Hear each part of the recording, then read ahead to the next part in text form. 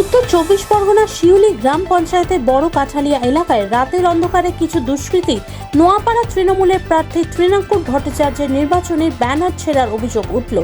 ঘটনার ছবি পাশে থাকা সিসিটিভি ক্যামেরায় বন্দী হয়েছে।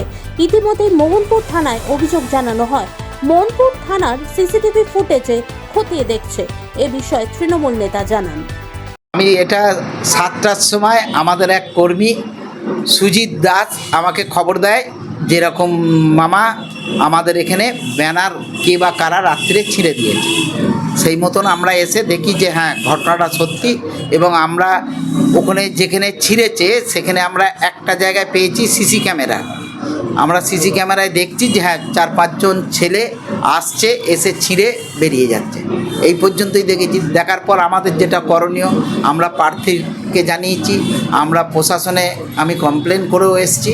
প্রশাসন মিনিট 5-এর মধ্যেই চলে এসে ইনকোয়ারি করেছে এবং প্রশাসন বলেছে, যা ওদের কাছে ডকুমেন্টস পেলো, বললো আমরা 24 ঘন্টার মধ্যে আমরা এটা ধরে নেব যারা ছিঁড়েছে। এখন তো বিজেপি ছাড়া ছিঁড়বে কারা?